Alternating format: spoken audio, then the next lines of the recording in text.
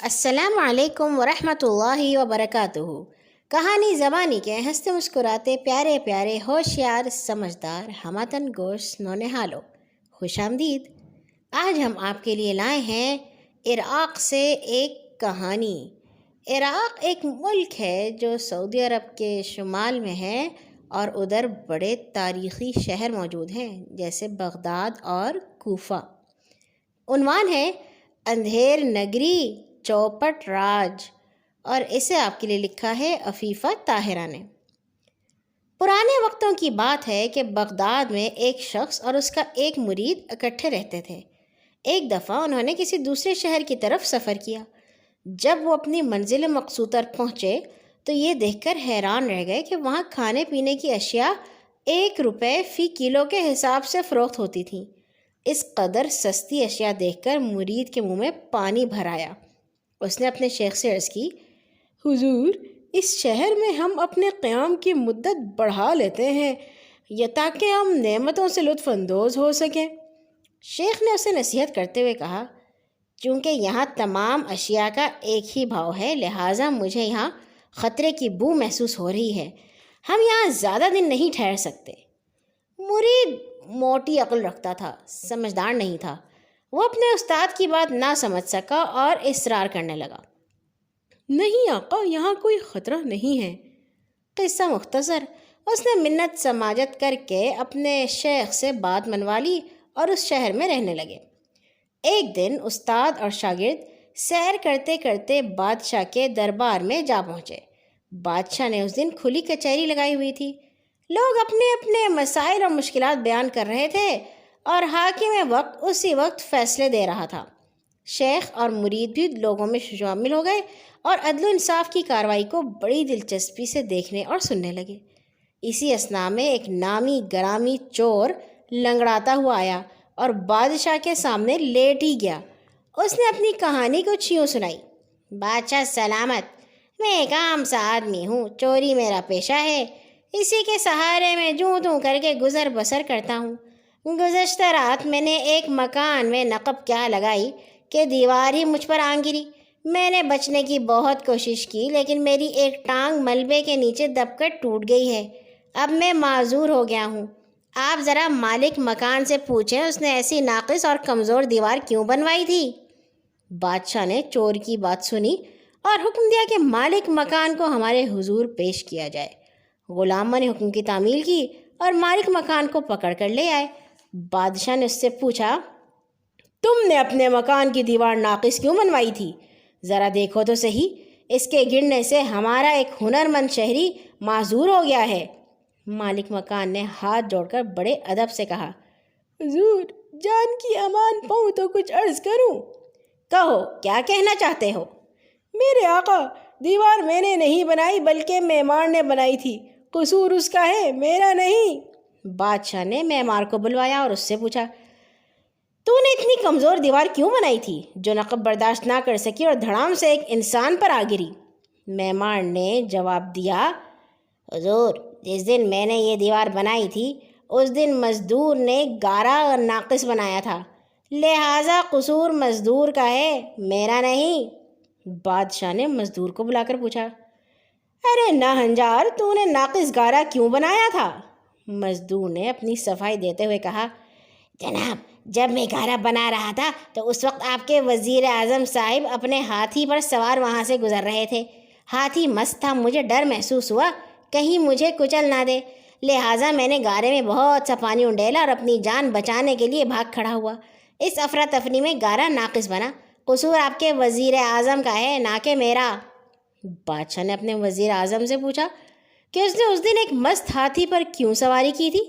وزیر اعظم نے جواب دیا، جہاں پناہ، میرا ہاتھی مست نہیں تھا، بلکہ وہاں ایک عورت زیورات سے لدی پھندی اچانک اس کے سامنے آ گئی تھی۔ زیوروں کی جھنکار سن کر ہاتھی ایسا بتکا کہ قابو سے باہر ہو گیا، لہٰذا قصور میرے ہاتھی کا نہیں بلکہ اس عورت کا ہے جس نے بچتے ہوئے زیور پہن رکھے تھے۔ بادشاہ نے عورت کو حاضر کرنے کا حکم جاری کیا۔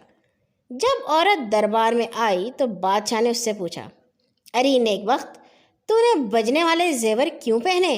دیکھو تو صحیح، تمہارے زیوروں کی جھنکار سے کس قدر نقصان ہو چکا ہے؟ عورت نے سر جھکا کر بڑے ادب سے کہا، زیور میں نے بنائے نہ خریدے، بلکہ میرے خامد نے خریدے اور پہنائے۔ قصور میرا خامد ہے، نہ کہ میں۔ آپ نے مجھے دربار میں بلا کر ناحق زحمت اٹھائی ہے۔ بادشاہ نے عورت کو رخصت کیا اور اس کے خاوند کو بلا لیا۔ خدام اسی وقت عورت کے خاوند کو پکڑ لائے۔ بادشاہ نے اس سے پوچھا، تم نے اپنی بیوی کو زیور کیوں پہنائے ہیں؟ خاوند نے جواب دیا، حضور سارا قصور اس سونار کا ہے جس نے زیور بنائے ہیں، نہ وہ بجنے والی اشیاء بناتا نہ ہم خریدتے۔ بادشاہ نے سونار کو طلب کر لیا، پوچھا، ارے تم زیور کیوں بناتے ہو؟ سونار نے کہا، یہ میرا خاندانی پیشہ ہے، میرے باپ دادا بھی یہی کام کرتے تھے جو میں کر رہا ہوں۔ زیور نہ بناؤں تو اپنا اور اپنے اہل و عیال کا پیٹ کیسے پالوں؟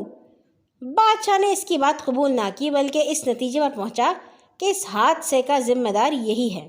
اس نے اپنا فیصلہ سناتے ہوئے کہا، سونار اپنی صفائی پیش کرنے میں ناکام ہو گیا ہے، اور اس واقعے کے تمام پہلوؤں پر غور کر کے ہم اس نتیجے پر پہنچے ہیں کہ دیوار گرنے کا سبب اس سونار کا بنایا ہوا زیور ہے، لہٰذا اس جرم کی پاداش میں سونار کو پھانسی پر لٹکا دیا جائے۔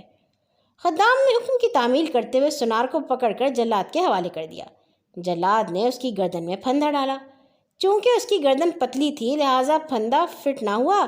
جلاد نے شکایت کی کہ پھندا صحیح طریقے سے اپنے مقام پر نہیں بیٹھتا۔ بادشاہ نے صورتحال دیکھ کر فرمایا، اس پتلی گردن والے سونار کو چھوڑ دو، بلکہ اس کے بدلے اس آدمی کو پکڑ لو جس کی گردن موٹی ہو۔ خدام نے ہجوم میں موٹی گردن والے شخص کو تلاش کرنا شروع کر دیا۔ اسی اثناء میں ان کی نظر اس مرید پر پڑی جو اس سستے شہر کی اشیاء کھا کھا کر کافی موٹا ہو چکا تھا۔ اس کی گردن بھی موٹی تھی۔ اسے بادشاہ کے سامنے لایا گیا۔ بادشاہ نے اس کی گردن کو غور سے دیکھا اور حکم جاری کیا، اس شخص کی گردن خاصی موٹی ہے، امید ہے اس میں پھندا فٹ ہو جائے گا، لہٰذا اسے پھانسی دے دی جائے۔ خدام اسے پکڑ کر جلاد کی طرف لے جانے لگے تو اس نے اپنے شیخ کو بلایا اور درخواست کی کہ وہ اس نازک وقت میں اس کی مدد کرے اور سزائے موت سے بچائے۔ شیخ نے کہا، میں نے پہلے ہی کہا تھا یہاں تمام اشیاء کی ایک جیسی قیمتیں ہیں، اس وجہ سے کوئی نہ کوئی خطرہ درپیش ہو سکتا ہے۔ تمہیں بات سمجھ نہیں آئی، جب خطرہ سامنے آ گیا تو تمہاری آنکھیں کھلی ہیں، اب پھانسی پر لٹکو، اپنی ناسمجھی کی سزا بھگتو۔